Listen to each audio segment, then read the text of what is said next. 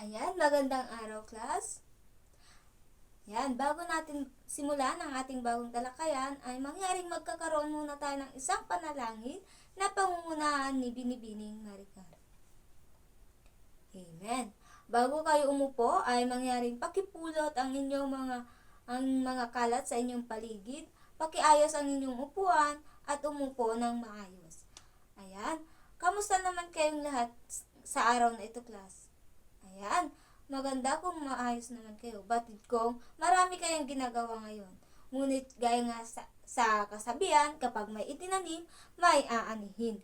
Ayan, bago tayo dumako sa ating talakayan, ay may gagawin muna tayo. Ito yung pagsasanay na kung saan gagamitin ko ang bingo kung saan ay kung sino ang aking makukuhang numero ay siyang sasagot sa ating mga katanungan. Pero bago yun, maaari bang pakibasa ang ating alituntunin, Dayan? Ayan, maraming salamat. Gaya sa ating alituntunin ay mangyaring sana'y masunod natin ito ng maayos hanggang matapos ang ating klase at sa susunod na mga ating talakayan. Ayan, ang ating pagsasanay ay maaari mo bang basahin ang ating panuto, Melody? Ayan, para mas maintindihan natin, gamit ang isang bingo ay nandito lahat ang inyong mga pangalan o numero at ito ang magsisilbing bunutan natin upang malaman natin kung sino ang sasagot. Para sa una, ay si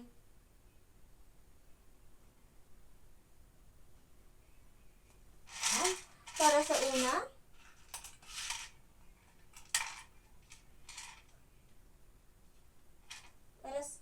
unang katanungan, kung saan ay pipili siya, si number 5 na kung saan ang sasagot dito ay si Millie John.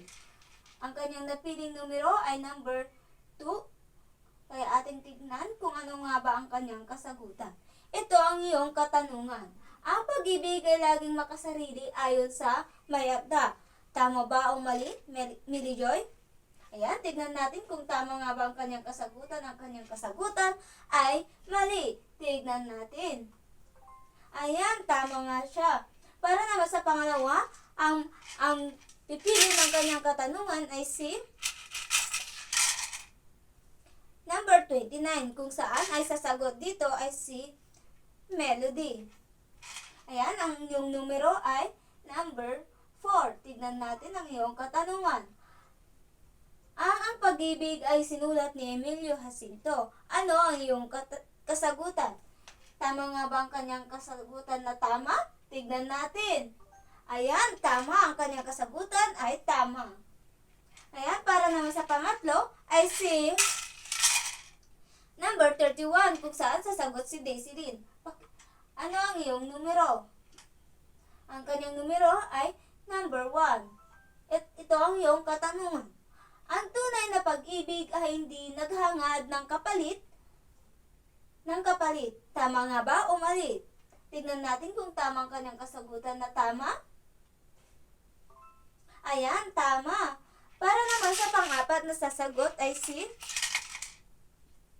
number 17, na kung saan sasagot dito si Giselle.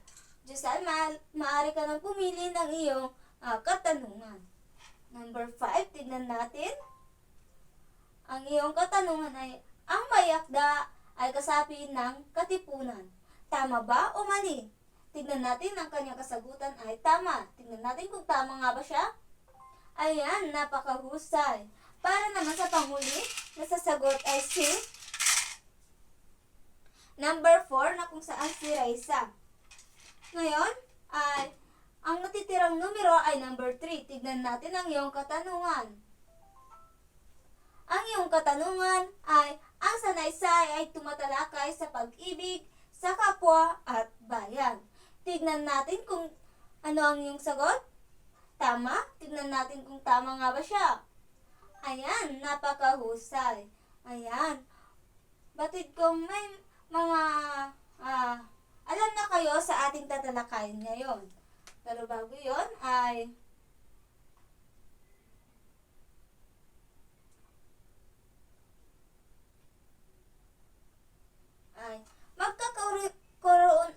tayo ng isang aktibidad at ito ay ang magtatanong lamang ako ng ilang mga katanungan kung ano nga ba ang ating ating natalakay noong nakaraang talakayan. Para sa una, ano ang ibig sabihin ng pagmamahal sa bayan para sa iyo? So, ano nga ba ito? Ivan. Ayan, tama ang kanyang kasagutan na kung saan ang pag-ibig sa bayan ay may pagmamahal sa bayan upang sa ganun kung paano mo may pakita halimbawa na lamang sa iyong kasuotan. Ayan. Para naman sa iyo, GL, paano mo may papakita ang pag-ibig sa pamilya, kaibigan o bayan? Pero bago tayo dumako sa ating talakayan at ang ating tatalakayan ay tungkol sa pag-ibig, ngayon ay maaari mo bang basahin ang ating panuto melody? Ayan, ang ating panuto ay puna ng angkop ang nakasing kahulugan at kasalungat ang mga sumusunod na salita sa bawat bilang. Ayan, upang maunawaan nyo ay gamit ang isang bingo kung sino ang makukuha kong numero ay siyang sasagot sa ibibigay ko na katanungan. Sabihin lamang kung ito ay kung ano ang kanyang kahulugan at ano naman ang kanyang kasalungat. Para sa una ay para sa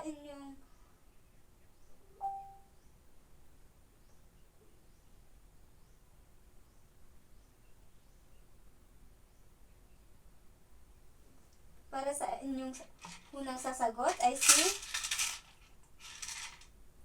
number 13 na kung saan ay si Stephanie. Ang kanyang salita ay ano nga ba ang kanyang sasabihin na kasalungat at kasing kahulugan nito?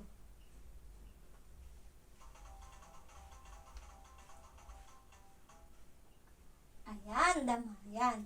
Ano ang kasing kahulugan at kasalungat nito, Stephanie?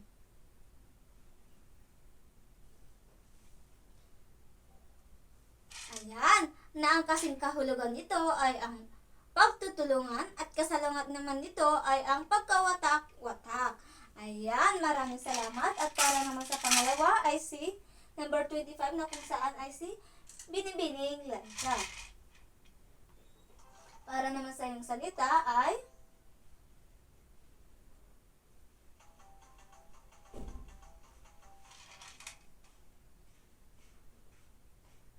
kapalaran. Ay kapalaluan. Ano nga ba ang kasalungat at kasing kahulugan nito, Laika?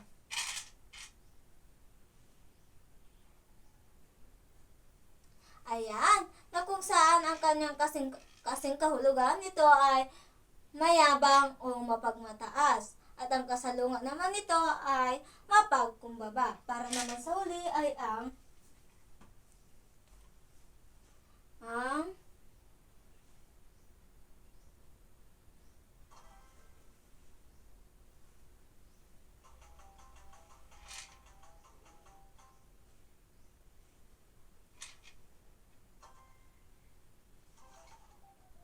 pag-iimbot, na kung saan ang kasing kahulugan nito at kasalungat ay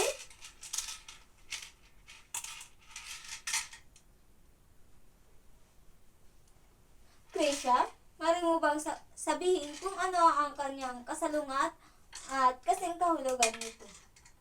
Ayan, tama na kung saan ang kasing kahulugan nito ay ang pag-aangkin at kasalungat naman nito ay ang pagbibigay. Ayan. Kaya bago yun, Melody, sa tingin mo, saan nga ba tumatalakay ang ating mga litrato na nasa ating harapan? Ayan, magaling, na kung saan ay tumatalakay ito sa pag-ibig, na kung saan ay ating matatalakay sa salaysay ni Emilio Jacinto na ang pag-ibig. Kahit atin na panoorin kung ano nga ba ito.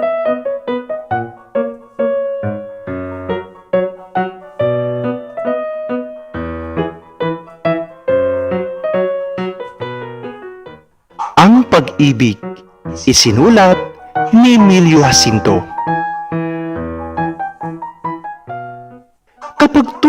pag-ibig ang naghari, ang bayan at mamamayan ay walang hinagpis. Sa lahat ng damdamin ng puso ng tao ay wala nang mahal at dakila na gaya ng pag-ibig. Ang katwiran, ang katotohanan, ang kabutihan, ang kagandahan, ang may kapal at ang kapwa-tao ay siya lamang mangyayaring maging sanhi ng pag-ibig. Siya lamang makapagbubukal sa loob ng tunay at banal na pag-ibig. Kung ang masama at matuwid ay ninanasa rin ng loob, hindi ang pag-ibig ang tunay na siyang may udyok, kundi ang kapalaluan at kasakiman. Kung ang pag-ibig ang wala, ang mga bayan ay hindi magtatagal, at kakarakarakang mapapawi sa balat ng lupa ang lahat ng pagkakapisan at pagkakaisa, at ang kabuhayan ay matutulad sa isang dahon ng kahoy na niluoy ng init at tinangay ng hanging mabilis. Ang tunay na pag-ibig ay walang iba kundi iyong makakaakay sa tao sa mga dakilang gawa, sukdulang ikawala ng buhay, 10 ng kaginhawaan.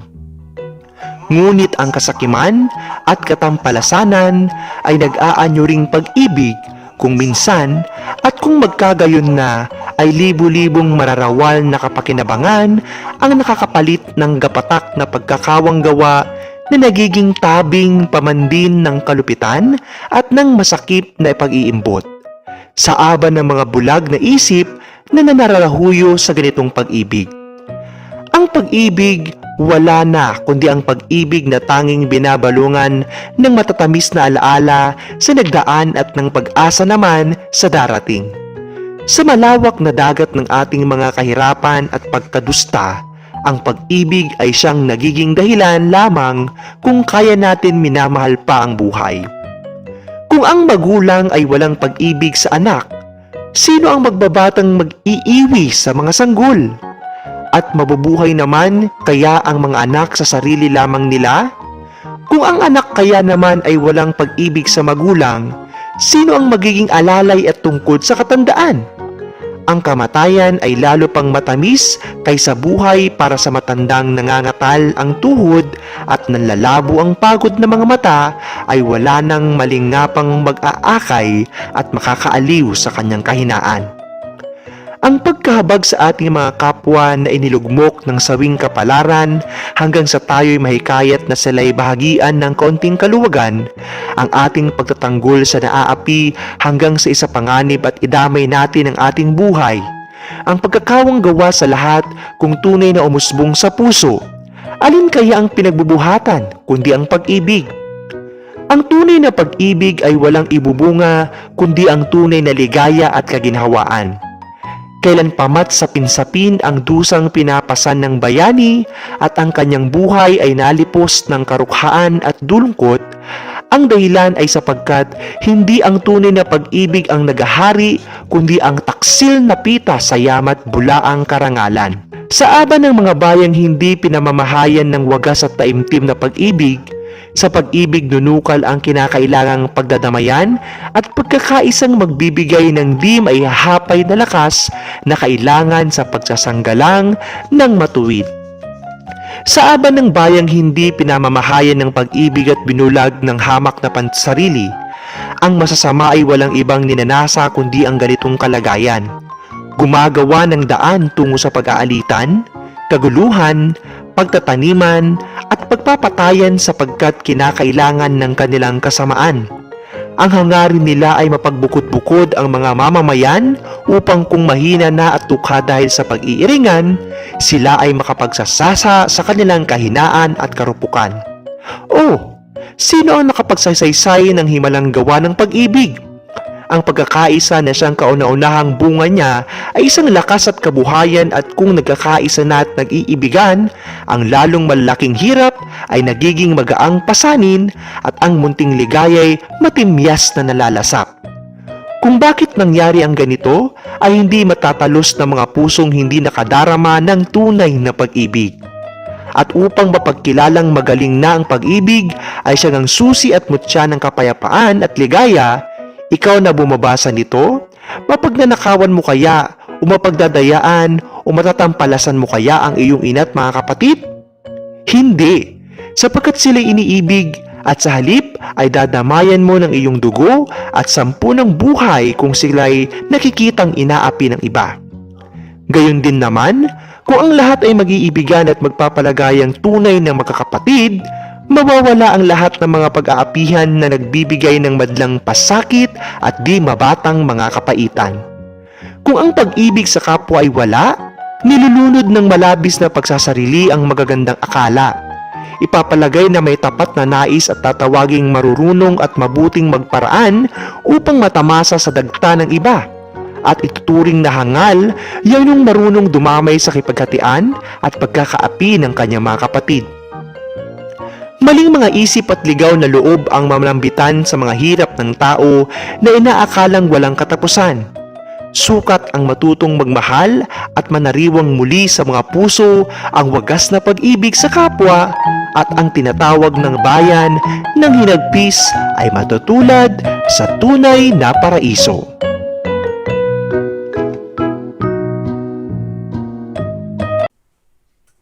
Ayan, napakinggan na natin ang sanaysay ni Emilio Jacinto na ang pag-ibig, na kung saan ay tumutukoy ito. Ang pag-ibig ni Emilio Jacinto ay isang akdang nagpapaliwanag ng tunay at dalisay na kahulugan ng pag-ibig ayon kay Jacinto.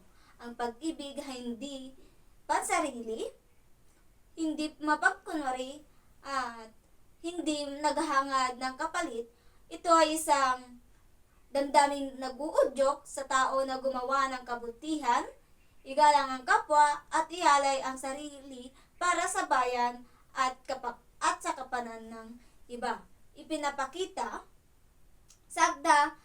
rin sagdan ang tunay na pag-ibig ay may kaakibat na sakripisyo, katapatan at malasakit. Hindi ito nasusukat sa salita lamang kundi sa gawa. Para kay Emilio Jacinto, ang pag-ibig ang ugat sa pagkakaisa, katarungan at kalayaan. Kaya mahalaga ito hindi lamang sa personal na relasyon, kundi lalo na sa pagmamahal sa bayan. Sa madaling sabi, ang ibig sabihin ng ang pag-ibig ay ang pag-ibig sa makatao, makabayan at may mataas na layunin. Hindi yaong makasarili o may masamang hangarin. Gaya na lamang sa ating halimbawa na nasa ating harapan kung saan ang pagmamahal ng isang magulang para sa kanyang pamilya at ang mga guro naman na pagmamahal sa kanilang mga estudyante, gaya na rin at pati na rin sa mga sundalo at mga bayani sa Pilipinas na kung saan ay kanilang pinapakita ang kanilang pag-ibig sa kanilang bayan. Ayan, para naman sa ating isang gawain ay ipapangkat ko kayo sa dalawang grupo. Pero bago yan, maaari mong pang ating basahin ang ating panuto. Gumawa kayo ng tableau na gagawa nyo din ng isang sanaysay na patungkol pa rin ito sa pag-ibig. Sa pamamagitan ay ilahad ito ng inyong kagrupo. Ngayon ay ahatiin ko kayo sa dalawang grupo. Mula kay CP Bert hanggang kay Daisy Lynn ang unang grupo at ang pangalawang grupo naman ay mula kay Abigail hanggang kay Laika. Ayon, maaari na kayong magkumpulan at magsimula. Ang inyong oras ay tapos na. Ngayon ay maaari bang ibahagi ng unang grupo ang kanilang sanaysay tungkol sa kanilang ginawang tableau. Ayan, maraming salamat sa unang grupo. Para naman sa pangalawang grupo, maaari na kayong magbahagi ng inyong ginawang tableau at ang inyong sanaysay. Ayan, tapos na ninyo. Maraming salamat sa pangalawang grupo. Napakahusay naman ninyong lahat at nagawa niyo ito ng maayos. Pero bago yon, ang pamantayan natin ay may tumpak at malinaw na impormasyon, 20%, kaayusan 15%, wasto at maayos na gramatika, 15%, kabuuan ay 50%. Ngayon ay atin ng talakayin kung sino nga ba ang nanalo sa ating gawain ngayon. Para sa unang grupo ay nagkaroon sila ng 49%. Para naman sa pangalawang grupo ay nagkaroon sila ng 48%. Kaya sa gawain ito ay nanalo ang unang pangkat. Para naman sa susunod na gawain ay ang paggawa ng sanaysay. Para sa panuto, kung kayo ay bibigyan ng pagkakataon na isulat muli ang sanaysay na ang pag-ibig, ay inyo muli itong ibubuod ng mas maikli pa. Para sa inyong pamantayan, maayos na pagkakasunod, 20%, kaayusan, 20%, wasto ang gramatika, 10%, kabuuan, 50%. Ngayon, bibigyan ko lamang kayo ng 3 minuto upang gawin itong pinapagawa kong sanaysay na kung saan ay ibubuod ninyo ang inyong sanaysay na ang pag-ibig. Isulat lamang ito sa isang kalahating papel.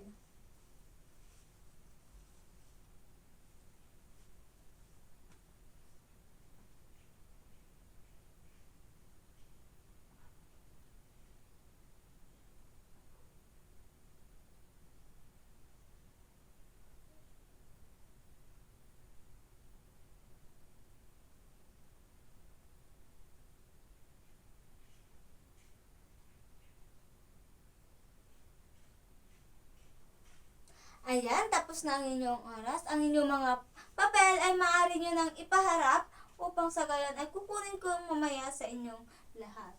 Para naman sa inyong pagsasanay ay maglabas ng isang kapat na papel at pakisagutan ang ating mga katanungan. Una dito, sino ang mayagda ng ang pag-ibig? Pangalawa, ano ang pangunahing kaisipan ng sanaysay? Pangatlo, magbigay ng isang pahayag mula sa sanaysay na nagpapakita ng kabayanihan. Pang-apat, magbigay ng 2 paraan upang may pakita mo ang pag-ibig sa bayan. At panghuli, puna ng pangungusap. Ang pag-ibig ayon kay Emilio Jacinto ay blank. Ayan, kung tapos na ninyo ay maaari nyo nang ipaharap ang inyong mga papel. Para naman sa inyong takdang aralin, gumawa ng poster o collage na nagpapakita ng temang pag-ibig sa bayan, pag-ibig sa kapwa. Isulat sa likod ang maikling paliwanag, 3 hanggang 5 pangungusap tungkol sa iyong likha. Ayun lamang, class. Maraming salamat sa inyong pakikinig. Paalam, class.